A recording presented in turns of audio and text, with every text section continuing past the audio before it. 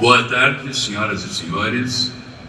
Recomeçamos a programação do 5º Fórum de Transporte Sustentável e vamos iniciar com um assunto que é bem interessante, tanto que eu não estava conseguindo subir no palco, eu estava conversando com os dois executivos do Bradesco que estavam dando uma aula sobre crédito de carbono. Então vamos começar. Nós temos dois especialistas aqui. Um é o Júlio Carepa de Souza, gerente do Departamento de Riscos Climáticos do Bradesco, e o outro executivo é o João Alberto de Sena Manso Filho, também do Bradesco. Por favor. Boa tarde, pessoal. Eu sou, como o Fred já adiantou, né, eu sou o Júlio e eu cuido da agenda de risco climático do Bradesco. E aí eu imagino que algumas pessoas estão se perguntando por que existe uma área de risco climático dentro do Bradesco. Espero que depois desses 30 minutos aqui isso possa ficar claro. Você pode fechar aqui. Bom, João, se você me permite, já vou entrar aqui e antevendo a possibilidade de o Fred fazer uma daquelas perguntas que nós não podemos responder sem emitir nada mais do que opinião. Já estou fazendo essa ressalva aqui, nossa, né? Estamos refletindo as nossas opiniões dos autores, isso não necessariamente reflete a opinião institucional do banco. Quando eu ia falar sobre COP, eu sentia que a energia na plateia dava uma baixada, né? Porque eu não ia falar das perspectivas para a Copa. Mas essa piada deve ter virado um clássico, né? Porque ela ainda é atual. Um ano depois a gente está aqui pensando, ok, COP, mais uma, né? Já vamos entrar na 28ª edição e começa amanhã. E quais são os principais temas, né, que vão ser discutidos e que conversam muito com essa nossa discussão? Eu diria que talvez um dos principais, meu passador aqui não me ajudou, se alguém puder passar na mão, ótimo, obrigado, é a agenda de investimento e reparação, né? Como é que esses fundos de reparação vão ser discutidos para a necessidade de recursos. E aí eu trouxe duas figuras aqui. Eu não sei se vocês vão se sentir à vontade para poder dar uma olhadinha para essas duas figuras e dizer assim, alguém me fala qual que acha que é o país do lado direito ali, dá um chute, que é esse país que tem 9,5 gigatoneladas acumuladas de 1960 até 2021 e tem uma renda per capita aí de $63 mil. Alguém consegue imaginar, dar uma ideia? Ok, todo mundo muito tímido ou tímida aqui, eu vou dar um spoiler, é a Holanda. Do lado esquerdo, a gente tem um outro país que tem 5,2 gigatoneladas, aproximadamente metade, e um PIB per capita de 5.800, consideravelmente menor. Não vou nem deixar vocês tentarem chutar dessa vez, eu já vou matar a charada aqui e dizer que é o Paquistão. O que a gente vê na última linha dessas duas realidades, né? A Holanda, na década de 90, investiu $5 bilhões, um país que fica abaixo do nível do mar e que não se ouve tanto falar de problemas de enchente e de danos significativos populacionais sofridos por conta de mudança do clima. Já o Paquistão, que é um país com uma renda per capita consideravelmente mais baixa, teve um evento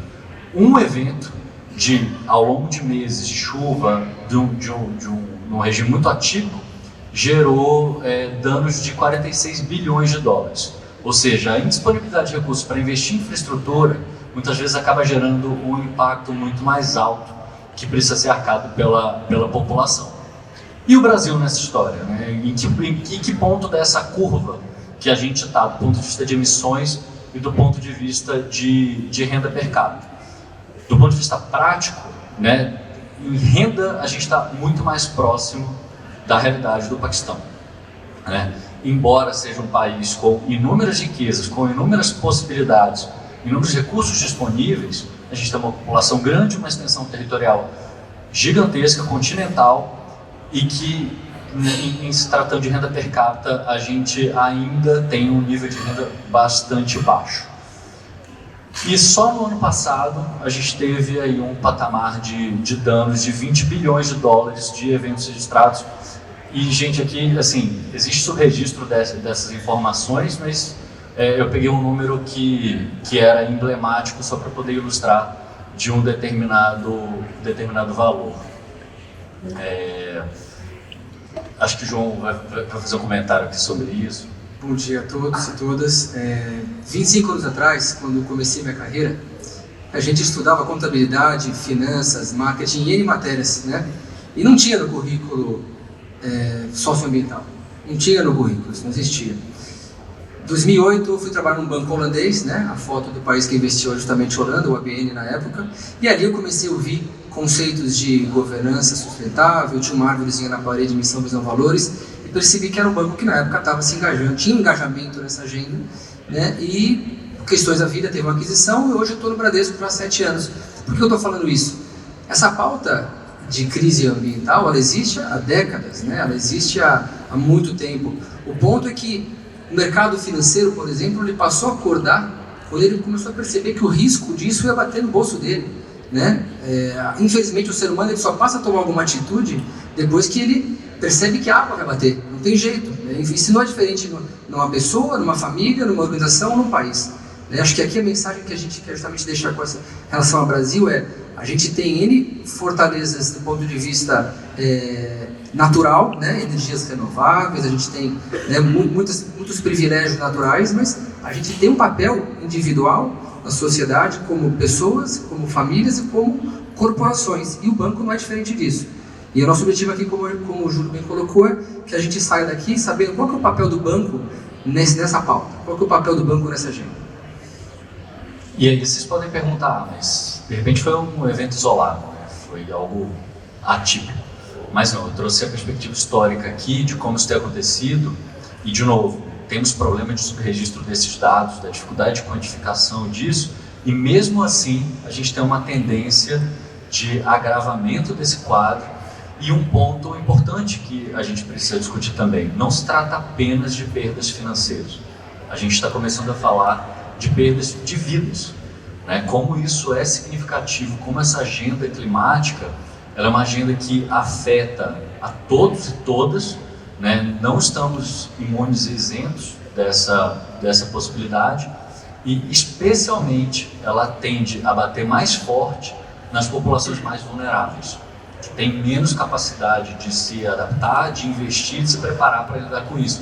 Então a gente não pode perder de vista a relevância dessa discussão, inclusive no aspecto mais amplo, né? O clima está conectado com outras consequências relevantes. Bom, e a parte boa dessa história é que, em grande medida, esse assunto já ganhou muito mais protagonismo do que tinha antes, né? A gente trouxe aqui um exemplo do relatório de riscos do Fórum Econômico Mundial, né, que o ESG virou mainstream, né? Estamos hoje discutindo esse assunto em diversas instâncias, e lá em Davos, esse foi um ponto que veio de um levantamento feito com especialistas do mundo todo para falar sobre riscos, e pediram para avaliar quais seriam os principais riscos, as principais causas em 2 horizontes temporais, de 2 anos e 10 anos. E eu não quero testar a vista de ninguém aqui para saber se vocês estão conseguindo ler, eu só vou dar o spoiler de que verdinho é ambiental e os demais estão nas outras cores. Então, nos 2 anos a gente já tem uma predominância muito grande dos temas de caráter ambiental, e para os 10 anos ainda mais, são ainda mais prevalentes. Só que o que essa primeira pesquisa não necessariamente revela é o que traz esse segundo quadro de contraste dessas informações, que diz o seguinte: embora essas questões sejam reconhecidas por especialistas como sendo fundamentais, a segunda pergunta, que é: e o que você entende que são os principais riscos em manifestação corrente? Principais riscos em manifestação corrente na sua agenda, e foram pedidos para escolher 5. Olha quantos verdinhos aparecem ali. Tem 1. Ou seja, todo mundo reconhece a importância, mas a manifestação disso, dizer que isso já faz parte da agenda, ainda não está tão internalizado, porque muitas vezes a gente discute o sintoma sem efetivamente ir para a raiz dessa discussão de mudanças do clima. E aí, para falar um pouco da realidade brasileira, né, já foi inclusive explorado no painel de manhã, esses gráficos de emissões, também foi comentado da matriz energética brasileira, que entra muito tanto nas particularidades de como a gente participa contribuindo para essa discussão, mas também o nosso nível de exposição, o nosso nível de vulnerabilidade a esse problema. Porque, se por um lado, a gente tem uma matriz super renovável que cria uma janela de oportunidades incrível, por outro lado, quando falta água, a gente não fica só sem água, a gente fica sem água, a gente fica sem energia. Ou então os preços de energia aumentam significativamente. Essas coisas elas são super importantes para a indústria, para a agenda como um todo, e a gente não pode perder de vista de que não só precisamos olhar para nosso papel de contribuição para esse problema, mas também de o quanto isso começa a bater na realidade brasileira para levar em consideração nas nossas ações. E aqui, esse gráfico ajuda a colocar um pouco em perspectiva do ponto de vista histórico. Vejam vocês, o gráfico da esquerda ele traz as emissões globais que já foram mencionadas, né, evoluindo ao longo do tempo, e aí o que a gente destacou, né, transportes, aumento de quase 200% ao longo desse período. No Brasil especificamente, essa distância é ainda mais significativa, estamos falando de mais de 400%. Então outro ponto, se não me engano foi o Henrique que falou de manhã, né, de que não era uma agenda tão material, né, do ponto de vista de emissões, o volume de gases de efeito estufa gerados por transporte historicamente não foram tão significativos, e olhando para o slide anterior, a gente vê que dentro da matriz do volume de emissões total, ele não é tão material, mas a gente sabe que isso é muito necessário para o crescimento, né, e que essas emissões elas acabam inevitavelmente acontecendo ao longo das trajetórias de desenvolvimento, mas não necessariamente precisa ser assim. Então, eu acho que esse gráfico, que está um pouquinho mais difícil de ler, eu acho, de longe, mas eu vou tentar cantar para vocês que as curvas de azul, que são as mais altas, elas são a evolução dos PIBs per capita. Os países mais desenvolvidos, selecionamos aqui Reino Unido, Estados Unidos e Canadá, e as curvas mais baixas são a produção e consumo, a intensidade de gases de efeito estufa da produção e do consumo. O que as curvas diferentes do Brasil retratam? Que essa agenda ela tem ganhado importância, inclusive de ter consumo e produção mais eficiente nas economias já desenvolvidas, sem que isso seja um prejuízo ao desenvolvimento econômico.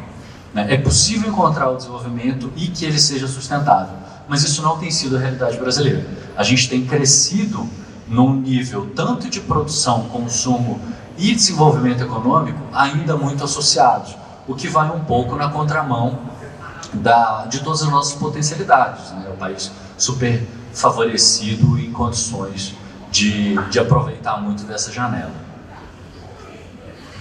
João, quer fazer um comentário sobre esse ponto? Então, podemos ir para o próximo, então?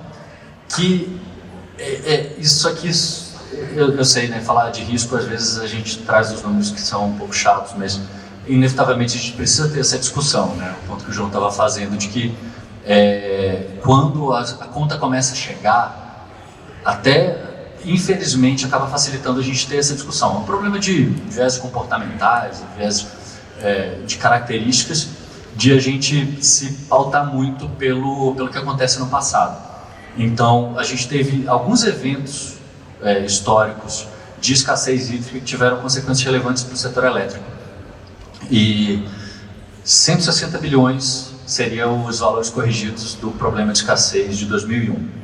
160 seria de 2015. E 2021, 2022, a gente estava com uma conta aí da ordem de 18, 20 bi, mas sentidos de maneiras distintas. Então, a intenção aqui é chamar a atenção, dar um pouco de foco, para que não necessariamente o impacto direto é aquele que é sentido no setor. Então, não é porque faltou água ou teve uma chuva que gerou uma enchente na fábrica, que isso criou um problema estrutural para a empresa, porque porventura a gente pode ter uma linha de produção paralisada por falta de energia. Ou não é só sobre a pegada de carbono, tem essas duas vertentes aqui, né? A gente tem o lado da exposição e do quanto a gente contribui para a trajetória de descarbonização, mas também do tipo de consequência que isso causa para as empresas, direta e indiretamente. Então a gente precisa ter isso. Para dar uma ordem de grandeza, assim, perdas no sistema elétrico, ou seja, quando o nível das chuvas caiu, todo mundo lembra, perdas no sistema elétrico vai com tragédias de vento, ou seja, quando você tem fatos climáticos, a soma dessas três contas aqui dá algo na casa de 350 bilhões de reais no período, o que equivale ao market cap da Vale do Rio Doce, ou seja, nós queimamos uma Vale do Rio Doce nesse período em função de questões climáticas. Só para dar uma ordem de grandeza, porque o mundo financeiro pensa muito em números e quantificar isso, as maiores empresas brasileiras nível global. E a gente tem discutido muito aqui, por que o Fórum de Transporte Sustentável, por que essa agenda é importante? Porque no fim das contas, assim, a gente traduz em um valor financeiro que é muito familiar para todo mundo. Só que não é barato resolver esse problema. Eu achei interessante também na fala da manhã o destaque de que é complicada essa ideia de que a gente vai aposentar frotas, parques industriais e, de repente, chegar no estágio de obsolescência das infraestruturas sem entender que isso, inclusive, gera custos, além dos próprios impactos de emissões que acabam sendo associados a esse processo. Só que não é que essa conta ela é alta, ela é muito alta. Ela é um salto de ordem de grandeza de valores extremamente significativo. E aí um outro ponto que eu queria chamar bastante atenção é de que essa é uma agenda do setor privado, porque é uma agenda das pessoas que conduzem o setor privado, que não dá para depositar tanta esperança de que a gente vai ter essa disponibilidade de volume de recursos do setor público, primeiro porque os recursos são escassos e segundo porque as soluções de mercado precisam nascer dentro do setor privado e acontecerem principalmente através de uma reconstituição da lógica de fazer negócios, considerando isso também como impactos relevantes. Então, esse é um estudo da Climate Policy Initiative que mostra que assim, a gente vai precisar falar hoje partindo de 850 bilhões de dólares e para coisa na grandeza de 4, 5 e eventualmente mais trilhões de dólares por ano, e que isso majoritariamente tem que ser composto por recursos do setor privado. E é por isso que agora acho que deve ter ficado um pouco mais claro porque a gente aqui do Bradesco está falando desse assunto agora. Bom, e aí temos o que o banco já tem feito nessa agenda, como nós temos atuado. O Bradesco foi o primeiro signatário do Brasil da agenda Net Zero Banking Alliance. Nós fizemos parte, isso é uma agenda que busca que o banco aumente o seu potencial e viabilize a transição dos seus clientes para uma agenda Net Zero. Significa que a gente tem a intenção de enxergar a inovação dos clientes como sendo também uma inovação para a qual a gente apoia, da qual a gente faz parte. Então, a intenção com isso é estabelecer metas de redução da pegada da nossa carteira de financiamento ao longo do tempo, e a intenção é que o Bradesco faça isso, mas não só o Bradesco, o mundo bancário, assim como estamos aqui discutindo o mundo de transportes, coletivamente faça parte dessa transição e contribua para que a gente tenha mais investimentos sustentáveis, mais soluções tecnológicas e mais respostas para esse desafio de mudanças do clima. Bom, aqui, numa ótica prática, assim, eu estou à frente do setor de multinacionais do Bradesco, então Mercedes, Ford, Renault, Scania, são clientes que estão sob a minha gestão. Temos N cases que a gente tem de financiamento a cadeia de fornecedores com selo verde, financiamento à exportação, né, com selos ESG e KPIs. Aqui eu trouxe uma empresa, uma operação que a gente fechou ano passado, que foi a maior emissão de debênture verde do Brasil, que é do setor de data centers. Para quem não conhece, data center é o famoso cloud, é onde está armazenado tudo que está no nosso celular, tudo que está, né, de informação transitando nas empresas, passa pelo cloud, que é um setor de infraestrutura digital, que é composto por torres, data centers e fibra. Como comunicar isso? Isso é totalmente linkado ao setor de transportes, ou seja, todas essas máquinas aqui já estão ou prontas ou a caminho de serem conectadas de maneira remota, né, de maneira autônoma.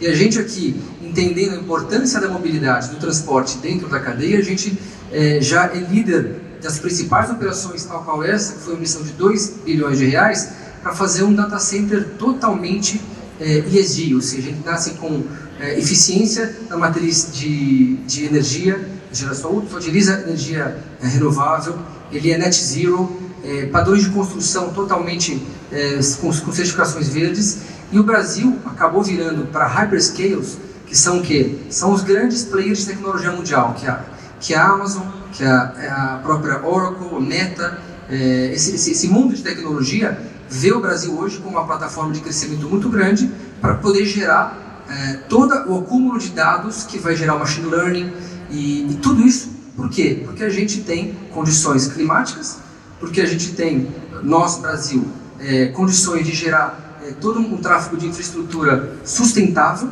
e trazer investimento de fora, né? O mundo de eletrificação que aqui a gente tem, cada empresa multinacional ela investe de 25 a 30 bilhões de dólares, né, em 5 anos para poder fazer seus protótipos, seus carros e seus caminhões e ônibus.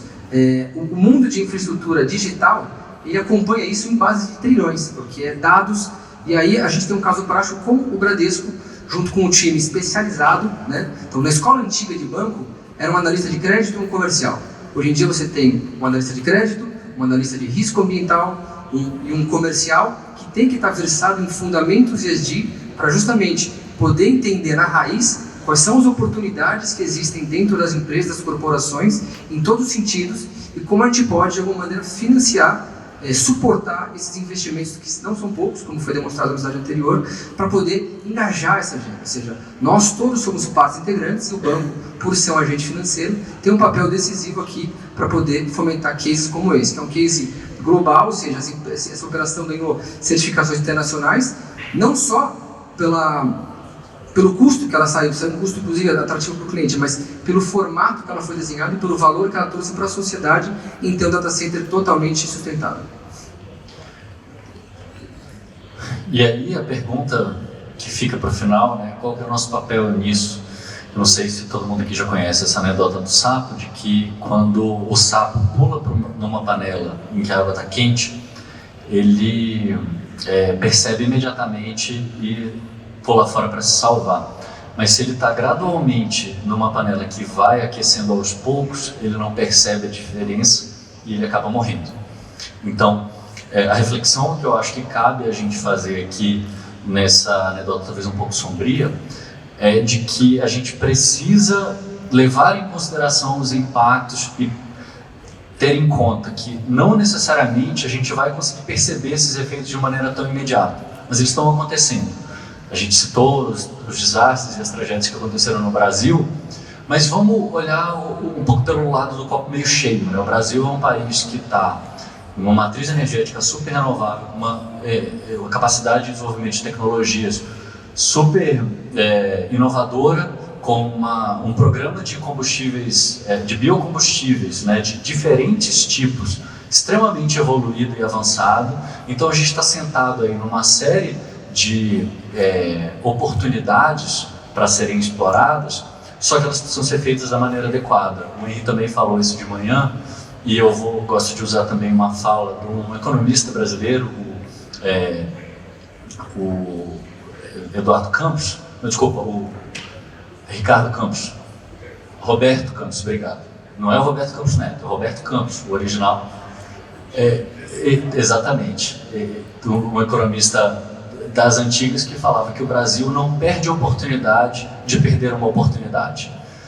Então, o convite que eu quero fazer aqui, acho que esse é um fórum super apropriado para isso, né? A gente está pensando essa questão, como é que a gente se une, como é que a gente faz para não perder mais essa oportunidade. Bom, eu acho que isso é bem claro. Podemos iniciar as perguntas, não são muitas, mas algumas. A primeira delas eu já faço direto a quem lida com o comercial, né? E é a seguinte: existe uma tendência para empresas que estejam cheias de certificados, seja ESG até a alma, no espírito, na filosofia, e para atividades que ela vá reduzir a emissão de poluentes, ou vá normalizar, fazer compensações ambientais, ela ter no empréstimo que ela vai fazer taxas menores do que a taxa normal? Perfeito, Fred. Essa pergunta que foi feita a mim agora há pouco, está fresca. Não tem mágica, né, gente? Os recursos estão aí, o custo do dinheiro ele é o mesmo, né? Eu não consigo gerar uma eficiência na tesouraria em função da operação CISD, mas naturalmente que o acirramento dos bancos, o engajamento dos bancos para poder participar daquela operação, ele é muito grande. Então os bancos que têm, por exemplo, o Bradesco tem uma meta de estender empréstimos linkados à pauta ESG de 250 bilhões em 5 anos. Já temos 80% dessa meta atingida esse ano. Vamos bater, vai dobrar a meta, né, como eu diria. E a gente faz isso por quê? Porque a gente quer estar nessa agenda, a gente entende a importância dessa agenda. Então a gente acaba muitas vezes abrindo mão do retorno econômico para poder fomentar essa pauta. Não só o Bradesco, mas outros bancos. Então, na verdade, não é uma eficiência gerada, porque o custo do dinheiro está aí, ele é uma questão de mercadológica, mas o engajamento das organizações nesse sentido, visão de longo prazo, que, de novo, essa conta ela tem que ser paga não só pelos bancos, mas pela sociedade como um todo, pelas empresas, pelos investimentos em eficiência. Né? Quando a gente faz um projeto de energia eólica ou renovável, você consegue mensurar o custo dessa conta era tal, de uma hidrelétrica, agora o custo passa a ser tal. Então você tem ali um benefício. O custo do dinheiro não é assim. Então, a gente tem um acirramento da competição, a gente tem um engajamento dos bancos e, lógico, sempre buscando soluções criativas para poder atender os projetos. Certo. E agora aquela famosa pergunta que a gente estava conversando ali. A questão básica é a seguinte: este é o 5º Fórum Transporte Sustentável. Em todos eles eu fiz exatamente a mesma pergunta para pessoas extremamente capacitadas, mas em todas a resposta foi vaga. Então, novamente, eu quero chegar à resposta final, se é que seja algo possível.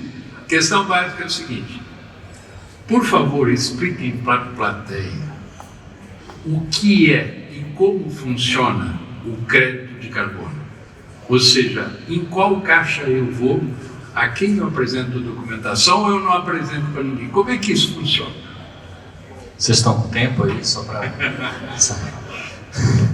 Bom, é complexa a pergunta, nós vamos tentar ir por partes, né? Em essência, créditos de carbono são uma forma de viabilizar a transição de recursos de quem está desenvolvendo uma solução mais sustentável, menos impactante, com menos emissão de gás de efeito estufa, para quem precisa, de alguma forma, apoiar e tem intenção de viabilizar isso. Nasceu lá na década de 90 com uma ideia de que países que emitiam mais gases de efeito estufa precisavam ter meta de redução e países que não emitiam, que são os países não anexo 1, lá do protocolo de Kyoto, esses países poderiam ser provedores de soluções tecnológicas que permitiriam cobrar por esse desenvolvimento. Então seriam os créditos que seriam comprados de uma parte para outra. Só que para isso acontecer, lá precisava de um desenho de como os países de maneira geral iam fazer e quais projetos poderiam trocar de mão com essa troca de recursos. Como isso não vingou por N motivos da maneira como estava prevista, o que foi crescendo muito dos mercados foram os diferentes padrões adotados de maneira independente.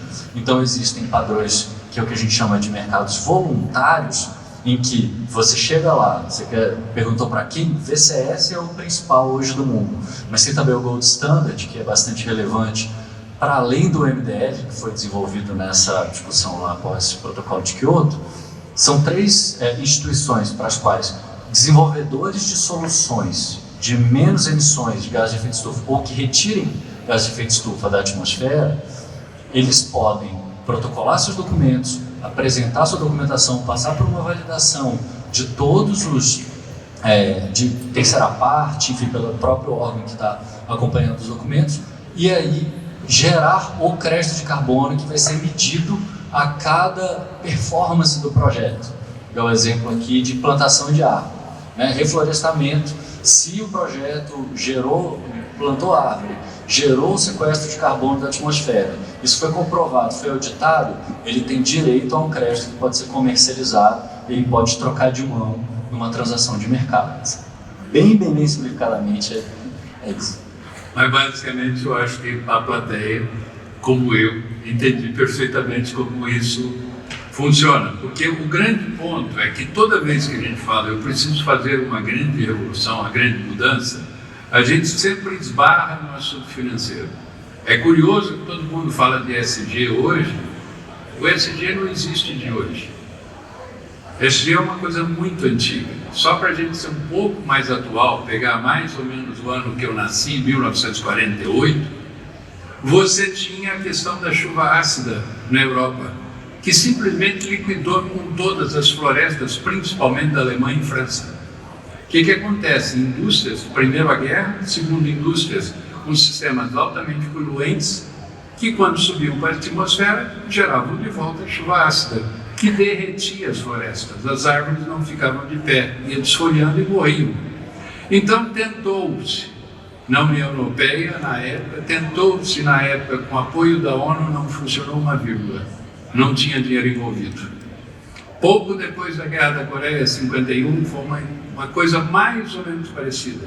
Fizemos depois em 63, 64, fizemos em 2000 e pouco e nada funcionou. Até que um dia eles falaram, só tem um jeito. Bota a mão no bolso do cara que ele vai entender. Então os bancos, os pais, a ONU, etc., criaram um projeto em que ser verde dá lucro, que é o que a gente mais ouviu nessas 4 edições anteriores. E as perguntas a economistas foi essa: dá lucro? Dá. Ser verde dá muito lucro. Na hora que você faz as adoções das medidas todas, você realmente vai ter uma operação mais eficiente e mais lucrativa. Então, eu acho que é esse ponto que eu retorno para vocês. Nesse 5º evento, ser verde é lucrativo? Essa daí eu vou tomar liberdade de responder, que é assim, depende do que você considera como lucro ou o que está na sua base de cálculo. Porque eu vou pegar o exemplo que foi citado do etanol no posto de gasolina, hoje padrão da conta que todo mundo faz. Ali naquela conta só tem o preço do produto, não tem o impacto dessas emissões, dessas consequências, desses desastres e tudo que a gente falou sobre aqui nesse breve material. Se tivesse na conta, a equação não seria o clássico de 70% da autonomia do veículo. Essa conta seria a outra. Então, não necessariamente a gente vai conseguir perceber isso no balanço hoje, amanhã, não vai ter, a DRE vai refletir esse resultado de imediato. Mas o carbono, ele tem um custo social que é alto e crescente. E se a gente começa a considerar esse impacto do custo, aí a equação começa a mudar um pouco de figura. Para alguns negócios, para alguns setores, já é inclusive hoje. Para outros, é muito possível que se torne em algum momento. Resta saber quando. Certo. Agradeço. A minha visão é que indiscutivelmente dá lucro. Agora a pergunta é para quem e quando, né? Que o lucro é relativo. A gente está acostumado no conceito filosófico, a apuração do ano contábil, no lucro, mas a gente tem que ter uma visão aqui de planeta, uma visão de mundo, uma visão de sociedade, né? E a gente, por um lado, as empresas são avaliadas para remunerar seus acionistas no curto prazo, mas elas têm que se manter de maneira perpétua. E para você ser perpétuo, você tem que estar tratando bem o mundo que lhe serve. Então, assim, indiscutivelmente, na minha visão, a gente tem que ter a agenda surge uma questão de responsabilidade. O ESG nada mais do que traduzir uma responsabilidade, uma ampliação de consciência. Então, a sociedade, os governos, as pessoas passaram a entender que essa pauta ela é mandatória, que os custos, os danos são incomensuráveis, ou seja, é um tema que vai gerar cada vez mais desafio e que, se não tiver esse engajamento, o prejuízo vai ser infinito, assim, para a sociedade. Acho que eu não vejo isso como uma questão de lucro em si, mas sim sobre uma necessidade e uma responsabilidade. Mas a pergunta tinha esse propósito, é da experiência da gente, das 4 edições anteriores, em que a gente fez muito com rodoviário de cargas, rodoviário urbano de passageiros, e o que a gente teve foram empresas que contaram dos excelentes resultados que conseguiram. Primeiro, eu tenho X garagens, eu tenho X fábricas, instalei energia fotovoltaica, em vez de pagar energia elétrica, passei a receber da coisa. A mudança que eu fiz de caráter de transparência e no caráter de igualdade e oportunidades iguais, eu consegui mais X de resultado, tudo mensurável. Na questão do treinamento de motoristas, etc., de adoções de sistemas de propulsão que emitem menos através de novas tecnologias, eu consegui mais um ganho de X.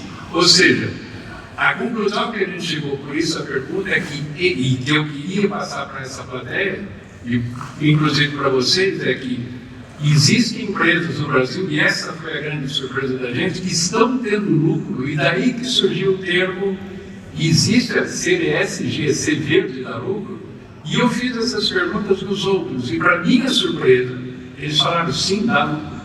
Ou seja, é possível não só o lucro ambiental, não só o lucro social, mas também o lucro financeiro. Aquele lucro de você falar, se eu instalo fotovoltaico, eu tenho resultado. Se eu adoto frota de ônibus elétricos, eu tenho resultado.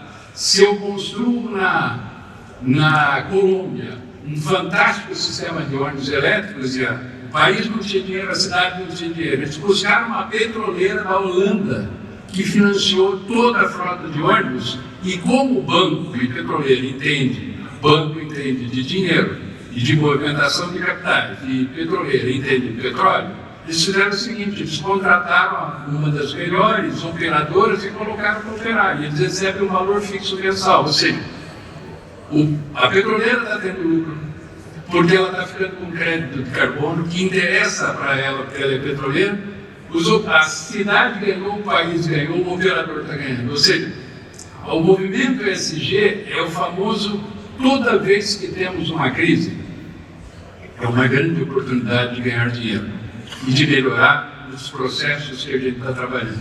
Então eu agradeço muito a presença de vocês e vamos continuar agora com o evento convidando a nova turma para o novo painel. Muito obrigado, gente. Obrigado.